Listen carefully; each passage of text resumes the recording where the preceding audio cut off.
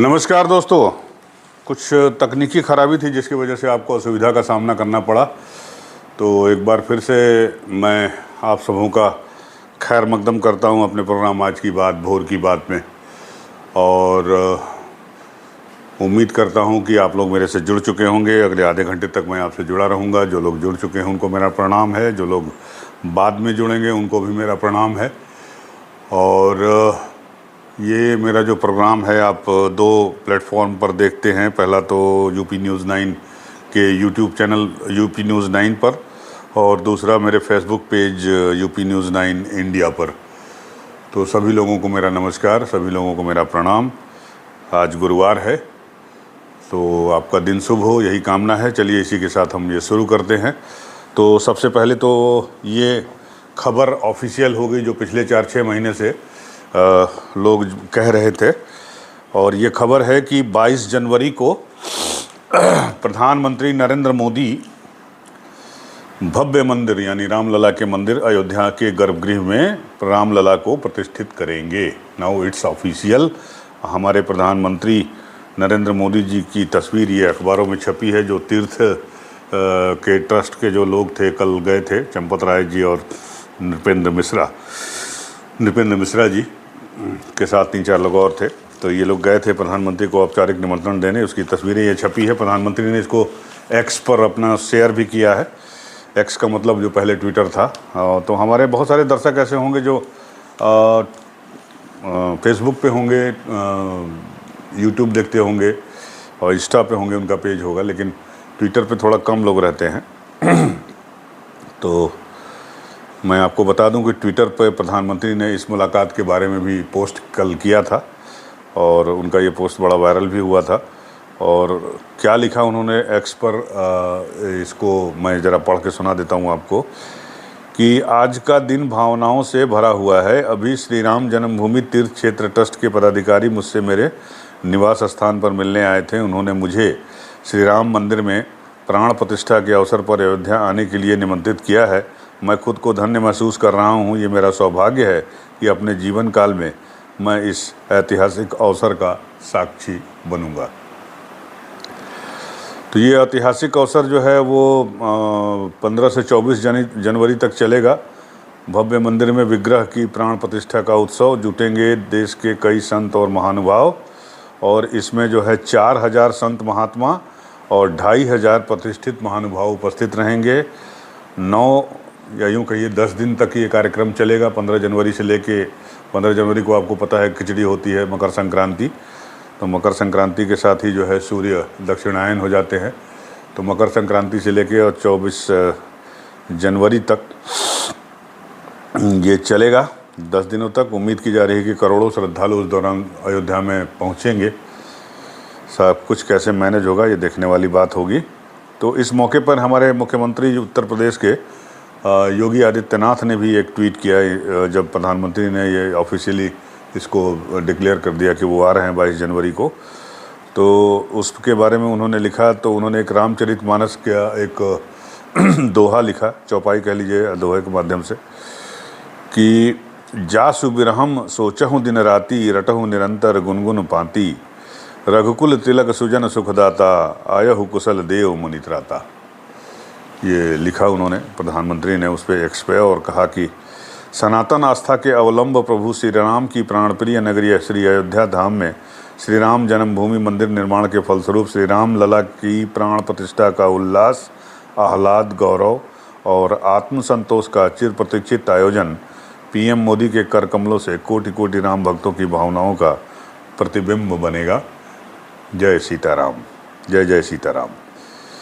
तो ये उन्होंने अपने उद्गार व्यक्त किए एक्स पर। तो निश्चित रूप से सनातन धर्म के लिए और सनातन धर्म के मानने वालों के लिए एक बहुत बड़ा दिन होगा ये। तो इसके बारे में मैंने सोचा कि आप लोगों को थोड़ा बता दें हम। तो चलिए, आप भी अगर पहुंचना चाहते हैं अयोध्या उस मौके पे तो आप पहुंचिए। सरकार की तरफ से जो है बेहद इंतज़ाम किए जा रहे हैं। अयोध्या में तो तमाम काम चल ही रहे हैं, आपको पता ही है। हालांकि कुछ लोगों का ये भी कहना है कि काम की जो गति है अभी फ़िलहाल, उसको देखते हुए थोड़ा लग रहा है कि तैयारियां कुछ हो सकता है कि उसमें कुछ कमी रह जाए, काम बहुत है, समय कम है इसलिए, लेकिन फिर भी हम उम्मीद करते हैं कि सारी तैयारियां कर ली जाएंगी और सब कुछ निर्विघ्न रूप से संपन्न हो जाएगा। तो चलिए बढ़ते हैं अगली खबर पे, और अगली खबर आपकी जो है वो ये है इंडिया और भारत से जुड़ी हुई। आपको तो पता ही है कि जब से इंडिया गठबंधन बना है उसके बाद से देश के नाम को लेके बड़ी चर्चा चल रही है। कोई कहता है भारत, कोई कहता है इंडिया, कोई कहता है दोनों एक है, कोई कहता है दोनों अलग अलग है, कोई कहता है कि पुरातन नाम है, कोई कहता है कि ये इंडिया गुलामी का प्रतीक है। जो भी हो, अपनी अपनी राय है, अपनी अपनी सोच है। तो उसी से संबंधित एक खबर कल से बड़ी चर्चा में है, और वो खबर ये है कि NCERT जो है वो राष्ट्रीय शैक्षिक अनुसंधान एवं प्रशिक्षण परिषद की किताबें जो पढ़ते हैं बच्चे CBSE स्कूलों में, तो उसमें जो है अब इंडिया का नाम जो है वो चेंज करके भारत बनाया जाएगा, रखा जाएगा या लिखा जाएगा या छापा जाएगा, जो भी हो। तो इसमें एक हायर कमेटी है, कोई प्रोफेसर इसाक हैं, उनका नाम इसमें लिखा होगा, मैं पढ़ के आपको, CI इसाक हैं, और एक उच्च स्तरीय समिति के अध्यक्ष जो है इसने इसकी सिफारिश की है कि ऐसा किया जाए। और साथ ही साथ जो प्राचीन इतिहास नाम है हिस्ट्री का, मतलब एंशिएंट हिस्ट्री जो हम लोग पढ़े हैं अब तक, मैंने भी पढ़ी है ग्रेजुएशन में, और तो उसका नाम जो है अब क्लासिकल हिस्ट्री किया जाएगा। कितना फ़र्क पड़ेगा उससे सिलेबस पे ये मुझे नहीं पता है, लेकिन सिलेबस के बारे में भी थोड़ी बहुत सूचना ये है कि इसमें जो इंडियन स्ट्रगल है या इंडियन विक्ट्री है, मतलब भारतीय मूल के लोग या भारतीय लोगों ने की जीत जो है मुग़लों पे या मुग़लों के सरदारों पे या खिलजी वंश में, जो भी मतलब 1200 साल में जो गुलामी का इतिहास है, उसमें जिन भारतीयों ने अच्छा किया है, बहुत सारे, जैसे तानाजी एक फ़िल्म आई थी अजय देवगन की, तो उसके बारे में बहुत कम लोगों को पता था कि कैसे उन्होंने औरंगजेब के किले को फतह किया था। तो इस तरह के जो योद्धा हैं उनके बारे में भी जो है बताया जाएगा। तो इसको लेके बड़ी चर्चा चल रही है कल से उस पर, सोशल मीडिया पे। हालांकि NCERT ने इसकी पुष्टि नहीं की है, और ये कहते हुए उससे पल्ला झाड़ लिया है कि साहब अभी तो प्रक्रिया चल रही है पाठ्य पुस्तकों को बनाने की नेशनल एजुकेशन पॉलिसी के तहत, तो उसके बारे में अभी कुछ हम कह नहीं सकते कि इस प्रपोज़ल को एक्सेप्ट करेंगे या नहीं करेंगे।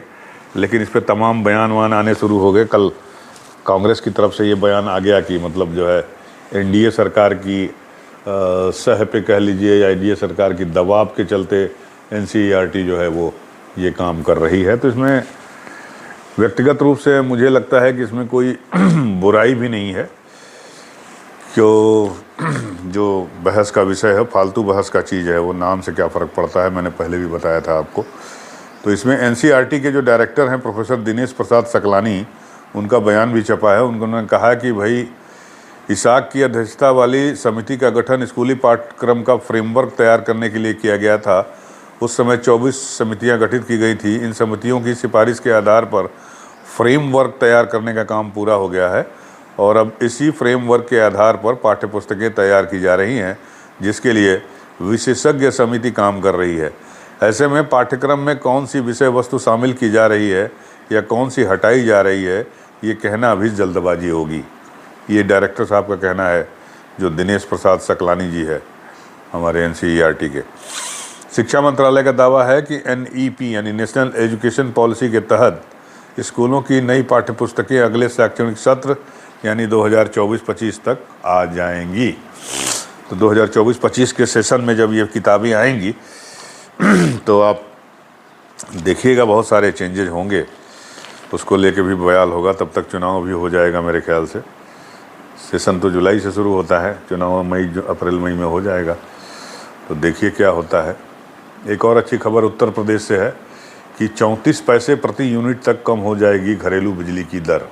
यानी यूपी में जो लोग रह रहे हैं, बिजली यूज करते हैं, करते ही होंगे, सभी लोग करते हैं, तो महंगाई की मार से परेशान बिजली उपभोक्ताओं के लिए राहत देने वाली खबर ये है कि महंगी बिजली से जल्द ही कुछ राहत मिलने वाली है।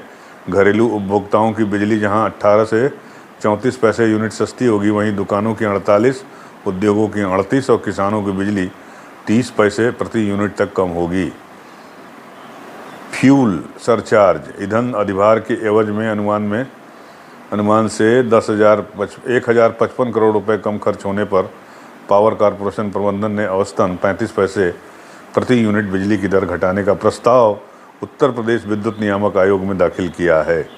आयोग द्वारा निर्णय सुनाते ही प्रस्ताव लागू हो जाएगा। वैसे तो नियमानुसार मौजूदा दरों में कमी सिर्फ दिसंबर तक ही होगी, लेकिन सरचार्ज का खर्च कम रहने पर बिजली दरों में आगे भी कमी बरकरार रह सकती है। तो चलिए ठीक है, बीच में बड़ा चर्चा था कि बिजली के बिल जो है बढ़ जाएंगे, तो ऐसा नहीं हो रहा है। बिजली के दाम नहीं बढ़ेंगे, आपको जो है वो इतना ही देना पड़ेगा जितना अभी दे रहे हैं। तो ये खबर थी उत्तर प्रदेश से। अब उत्तर प्रदेश के लखनऊ से एक दूसरी खबर है, अच्छी खबर है जो आजकल चर्चा में है, ट्रेंडिंग है। वो ये है कि भारतीय क्रिकेट टीम कल शाम को लखनऊ आ गई है। 29 अक्टूबर को विश्व कप क्रिकेट में भारतीय टीम का मुकाबला पिछले विजेता इंग्लैंड से होगा, आपको तो पता ही है। तो भारतीय cricket team mission world cup के लिए बुधवार को लखनऊ पहुंच गई। अमौसी एयरपोर्ट के बाहर मीडिया के साथ प्रशंसक भी जुटे। टीम इंडिया का सामना इकाना में इंग्लैंड से होगा। गुरुवार शाम से इकाना स्टेडियम के बी ग्राउंड पर टीम प्रैक्टिस करेगी। समझ गए आप? 5 मुकाबले जीतकर टीम इंडिया तालिका में शीर्ष पर है। 50,000 की क्षमता वाले इकाना स्टेडियम के ज़्यादातर टिकट बुक हो गए हैं। तो अब तक जो है लखनऊ में 3 विश्व कप के मुकाबले खेले जा चुके हैं। 4 दिन हयात होटल में रुकेगी भारतीय टीम और 29 अक्टूबर को होगा मैच। तो ये है विश्व कप से खबरें। बाकी ऑस्ट्रेलिया की टीम जो है वो तो कल उसने कमाल किया, 400 रन का लक्ष्य दिया था किसको? नीदरलैंड को। तो नीदरलैंड हार गई, हारना भी था उसको, एक मैच जीत के उसने कमाल किया था। लेकिन अब ऑस्ट्रेलियाई टीम जो है वो आ गई है वापस लय में। तो अगली 4 टीमें कौन सी सेमीफाइनल खेलेंगी ज़रा मुझे बता दीजिए। एक तो अपना कंट्री भारत हो गया, दूसरा साउथ अफ्रीका हो गया, तीसरा जो है मुझे लगता है कि ऑस्ट्रेलिया हो सकता है, लेकिन चौथी टीम के बारे में थोड़ा डाउट रहेगा। पाकिस्तान होगा, एक इंग्लैंड होगा, श्रीलंका होगा या अफगानिस्तान होगा। तो कयास लगाते रहिए। हम तो सेमीफाइनल ऑलमोस्ट पहुंच चुके हैं। कल का 29 तारीख का मैच भी हम जीत जाएंगे, लेकिन हार भी जाएंगे तो कोई फ़र्क नहीं पड़ता है। लेकिन विजय रथ पे सवार है आपकी भारतीय टीम, हमारी आपकी। तो उम्मीद की जा रही है कि एक अच्छा मैच देखने को मिलेगा लखनऊ में। उसकी पिच भी अच्छी हो गई है, अब पहले लो स्कोरिंग पिच थी, अब हाई स्कोरिंग पिच हो गई है। तो दिल्ली के अरुण जेटली स्टेडियम में बुधवार को डेविड वार्नर 104 और स्टीव स्मिथ 71, मार्नस लाबुशेन 62 और अंतिम ओवर में ग्लेन मैक्सवेल 106 रन। ऑस्ट्रेलिया ने नीदरलैंड को 400 रन का लक्ष्य दिया और केवल 90 रन पर नीदरलैंड को ऑल आउट करके उनका मान मर्दन कर दिया। ऑस्ट्रेलिया ने 309 रन से ये मुकाबला जीतकर विश्व कप इतिहास के रनों के अंतर से सबसे बड़ी जीत, वनडे में दूसरी बड़ी जीत दर्ज की है। मैक्सवेल का तूफान देखिए कि मैक्सवेल ने अपने चिर परिचित अंदाज में विस्फोटक पारी खेली और केवल 40 गेंदों में 100 रन ठोक डाले, जो विश्व कप में सबसे तेज शतक है। मैक्सवेल ने दक्षिण अफ्रीका के एडन मार्करैम का रिकॉर्ड तोड़ा, जिन्होंने इस विश्व कप में श्रीलंका के विरुद्ध 49 गेंदों में शतक बनाया था। मैक्सवेल जब बल्लेबाजी करने आए थे तो ऑस्ट्रेलिया का स्कोर 38.6 ओवर में 4 विकेट पर 266 रन था।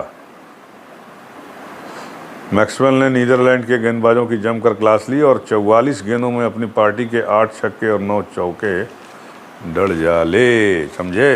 तो ऑस्ट्रेलिया भी अब थोड़ा खतरनाक टीम हो गई है। अब इंग्लैंड के बारे में भी कुछ लिखा है तो इंग्लैंड को विश्व कप में अपने अभियान को पटरी पर लाने का गुरुवार को संभवतः अंतिम मौका मिलेगा, जब उसकी भिड़ंत टूर्नामेंट में जूझ रही एक अन्य टीम श्रीलंका से होगी। श्रीलंका के विरुद्ध जीत इंग्लैंड को काफ़ी आगे नहीं ले जाएगी, लेकिन उन्हें यह भारत और ऑस्ट्रेलिया जैसी टीमों के विरुद्ध होने वाले मुकाबलों के लिए थोड़ी प्रेरणा दे सकती है। और अगर वो हार गया तो इंग्लैंड की उम्मीदें लगभग खत्म हो जाएंगी। आज मुकाबला है श्रीलंका से। इसी वर्ल्ड कप से जुड़ी एक खबर है कि हार्दिक पांड्या अभी सेमीफाइनल से पहले फिर अभी अगले में 2 मैच नहीं खेलेंगे। अभी उनके टखने की चोट जो है वो ठीक नहीं हुई है। तो मुझे उम्मीद है कि जो विनिंग टीम थी वो विनिंग टीम बनी रहेगी और सूर्य कुमार यादव और मोहम्मद शमी वो जो है वो बने रहेंगे टीम में। 29 तारीख को जो मैच होगा इंग्लैंड के साथ, उस टीम में उनको दिखाई देना चाहिए। बाकी तो टीम प्रबंधक वो करेंगे। तो उम्मीद करिए, उम्मीद के किरण कायम रखिए। तो इसके पहले एक फ़ोटो वोटो बड़ा छपा था धर्मशाला में, उसमें नहाते हुए झरने उड़ने में, केएल राहुल ने पोस्ट किया था उस पर। तो सब छुट्टी उट्टी ख़त्म हो गई, अब लोग आ गए हैं। आज से प्रैक्टिस भी करेंगे कान्हा स्टेडियम में शाम को, तो उसको देखिए क्या होता है उसमें। उधर एक खबर और है कि आज हमारे नेशनल गेम्स का उद्घाटन हो रहा है। प्रधानमंत्री नरेंद्र मोदी करेंगे उद्घाटन इसका। कि प्रधानमंत्री नरेंद्र मोदी गोवा में पहली बार हो रहे 37वें राष्ट्रीय खेलों का गुरुवार को उद्घाटन करेंगे। मडगांव के पंडित जवाहरलाल नेहरू स्टेडियम में आयोजित इस कार्यक्रम के दौरान वो एथलीटों को संबोधित भी करेंगे। गुरुवार से शुरू हो रहे इन खेलों का समापन 9 नवंबर को होगा। 43 स्पर्धाओं में, मतलब 43 इवेंट होंगे इसमें। देश भर के 10,000 एथलीट भाग ले रहे हैं।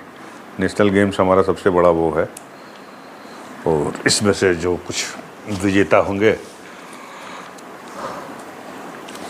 वो ओलंपिक का भी टिकट कटाएंगे।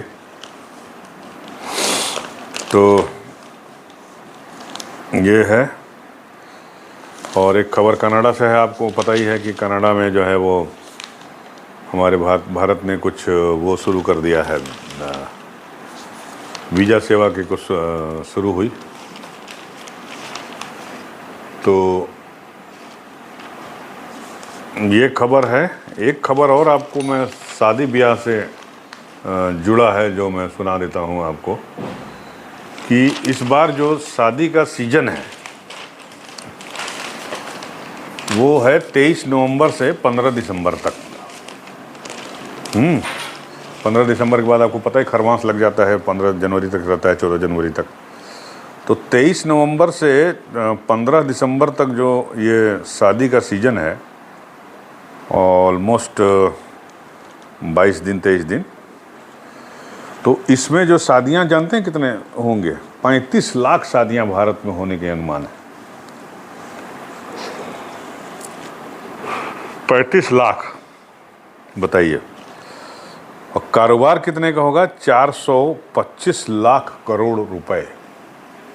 425 लाख करोड़ रुपया शादी का जो धंधा होगा।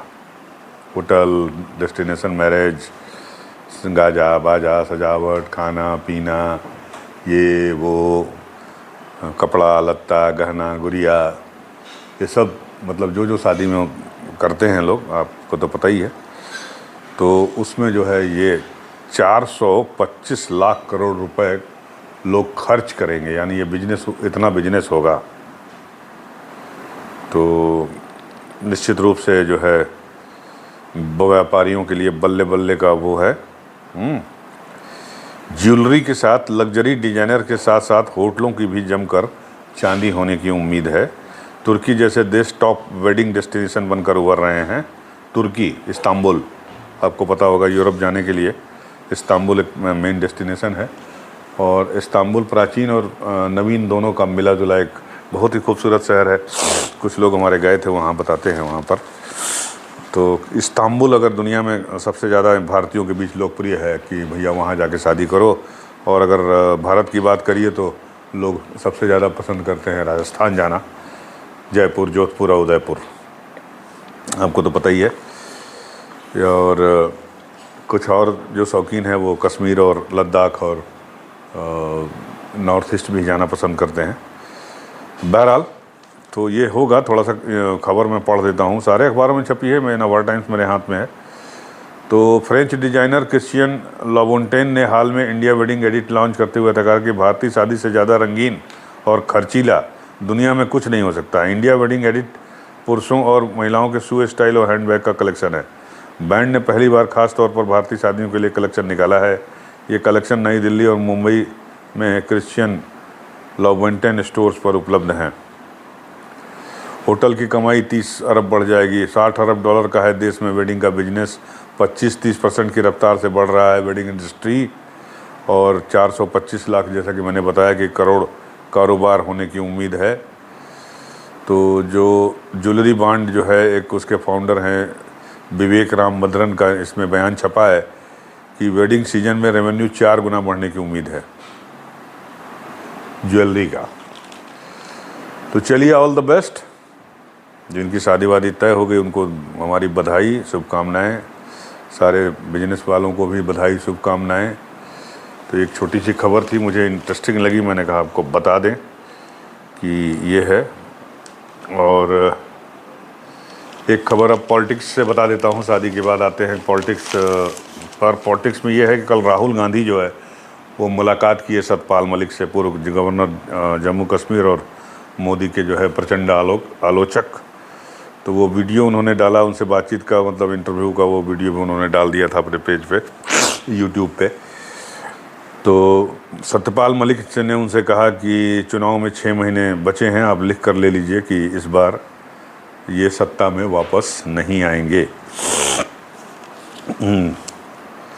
तो सांसद राहुल गांधी ने बुधवार को जम्मू कश्मीर के पूर्व राज्यपाल सत्यपाल मलिक का इंटरव्यू शेयर किया, जिसमें उन्होंने पुलवामा आतंकी हमले में जम्मू कश्मीर को राज्य का दर्जा, मणिपुर समेत कई मुद्दों पर चर्चा की है। तो सत्यपाल मलिक ने राहुल गांधी के साथ अपनी बातचीत में कहा कि जम्मू कश्मीर का राज्य का दर्जा वापस कर दिया जाना चाहिए क्योंकि लोग नाखुश हैं। उनका कहना है कि सरकार की चूक के कारण 14 फरवरी 2019 को पुलवामा का आतंकी हमला हुआ, जिसमें सीआरपीएफ के 40 जवानों की शहादत हुई। दोनों नेताओं ने मणिपुर की स्थिति पर भी चर्चा की। मलिक ने कहा कि सरकार का मणिपुर पर कोई नियंत्रण नहीं है, राज्य के मुख्यमंत्री कुछ नहीं कर सकते, उन्हें हटाया भी नहीं। मलिक ने कहा केवल 6 महीने की बात है और मैं लिख कर देता हूँ ये सत्ता में वापस नहीं आएंगे। तो ये इंटरव्यू भी कल से ज़रा वायरल हो रहा है उस पर सोशल मीडिया पे, तो मैंने कहा थोड़ा सा आपके साथ में शेयर कर दूँ। और दूसरी खबर उत्तर प्रदेश से है। कांग्रेस जो है वो कुछ कूद फांद कर रही है अपने चुके हुए वोट बैंक को वापस पाने के लिए, या उससे छिटके हुए वोट बैंक को वापस आने के लिए। मुस्लिम वोट बैंक को वापसी के लिए बेकरार है कांग्रेस। तो उसी सिलसिले में जो है हमारे कांग्रेस के नए जो प्रदेश अध्यक्ष हैं अजय राय, तो उन्होंने अनाउंस किया था कि आजम खान जो सीतापुर जेल में बंद हैं, समाजवादी पार्टी के नेता, तो उनसे मिलने जाएंगे। तो उनसे मिलने की उम्मीद मुझे तो नहीं लगती, क्योंकि मुझे लगता है कि सीतापुर ज़िला प्रशासन ने शायद परमिशन इनको नहीं दी है लॉ एंड ऑर्डर के उस पर। तो लेकिन इसने थोड़ा सा हलचल ज़रूर मचाया यूपी की पॉलिटिक्स में कांग्रेस की राजनीति को लेकर, क्योंकि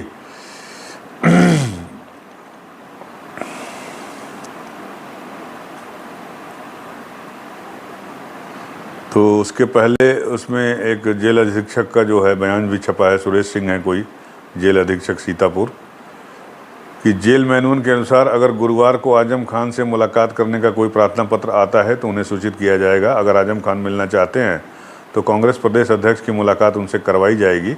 नियमों के मुताबिक आजम खान से 15 दिन में 2 मुलाकात हो सकती है, जिसमें से एक मुलाकात बुधवार को उनके बेटे से हो चुकी है। हालांकि इसमें नहीं लिखा है, लेकिन इसमें डीएम और एसपी भी तो इन्वॉल्व होंगे, और मुझे नहीं लगता कि डीएम परमिशन देंगे इनसे मिलने को। लेकिन यह है कि चर्चा हो गई, और कांग्रेस जो मैसेज देना चाहती है कि भाई हम आपके साथ खड़े हैं, तो वो मैसेज भी शायद पहुंच जाएगा। मकसद कांग्रेस का इतना ही है। मुझे नहीं लगता कि आजम खान की बहुत भलाई के लिए कांग्रेस चिंतित है। जो मकसद है वो सबको समझ में आ रहा है, आपको भी हमको भी। तो चलिए, ये है और एक खबर आप देख लिया आपने, जागरण भी देख लिया आपने, और इसमें कुछ जो खबरें थी मैंने आपको बता दी। तो और कुछ खास खबरें नहीं हैं। अमर उजाला भी देख के बता देता हूँ आपको क्या हो रहा है अमर उजाला में। इसमें कुछ खबर है, हाँ, इसमें ये खबर है कि खाद की कीमतें नहीं बढ़ेंगी। केंद्रीय मंत्रिमंडल ने किसानों को बड़ी राहत देते हुए रबी सीजन के लिए 22,303 करोड़ रुपए की उर्वरक सब्सिडी मंजूर कर दी है। साथ ही डीएपी पर 4500 रुपये प्रति टन की अतिरिक्त सब्सिडी भी जारी रहेगी। इससे किसानों को सस्ती दरों पर खाद मिलती रहेगी। सब्सिडी से 12 करोड़ किसानों को लाभ होगा और सरकारी खजाने पर तकरीबन 22,303 करोड़ रुपए का अतिरिक्त बोझ पड़ेगा। बस देखिए, खाद पे सब्सिडी जारी रहेगी, जारी रहनी भी चाहिए। किसानों के लिए खाद एक बड़ी चीज़ है जो अब उनकी डिमांड शुरू हो गई है। तो इस डिमांड से मुझे याद आया खाद के खबर से कि पिछले साल खाद को लेकर बड़ी मारामारी हुई थी यूपी में। 2-4-5 खबरें भी मैंने लगाई थी। कुछ उसमें बुंदेलखंड से खबरें थी कि बुंदेलखंड में किसानों ने रास्ता वास्ता भी जाम किया था, खाद वाद नहीं बट रही थी, पुलिस की मौजूदगी में खाद बंटवाने का काम किया जा रहा था खाद के केंद्रों पे, क्रय केंद्रों पे। तो ऐसा इस बार नहीं होना चाहिए। मुझे उम्मीद है कि जो हमारे आला अधिकारी हैं कृषि के, या कृषि मंत्री साहब हैं, या उत्तर प्रदेश सरकार है, वो इस बात की तैयारी अब तक कर चुकी होगी या कर रही होगी, और कि किसानों को जो है टाइम पे खाद मिल जाए, ताकि उनका जो है बुआई का सीज़न जो है वो गड़बड़ाए नहीं, और पिछले साल की तरह जो है कायोस की स्थिति ना पैदा हो, किसानों को सड़क पे ना उतरना पड़े खाद की बोरी के लिए। तो आई होप कि इस साल जो है तैयारी अच्छी हो गई होगी, और केंद्र से भी जो मालगाड़ी से और ट्रक से जो खादें वादें आती हैं वो सब आ गई होंगी, और प्रॉपर डिस्ट्रीब्यूशन का जो इंफ्रास्ट्रक्चर है वो रेडी हो गया होगा, और किसानों को सही समय से सही खाद मिलेगी। तो इसी उम्मीद के साथ चलिए आज का ये कार्यक्रम अब समाप्त करते हैं। आपको हमारा ये कार्यक्रम अच्छा लगता है तो हमारे चैनल को लाइक ज़रूर करिए, सब्सक्राइब करिए। मिलते हैं फिर आपसे अगले वीडियो में, तब तक के लिए नमस्कार।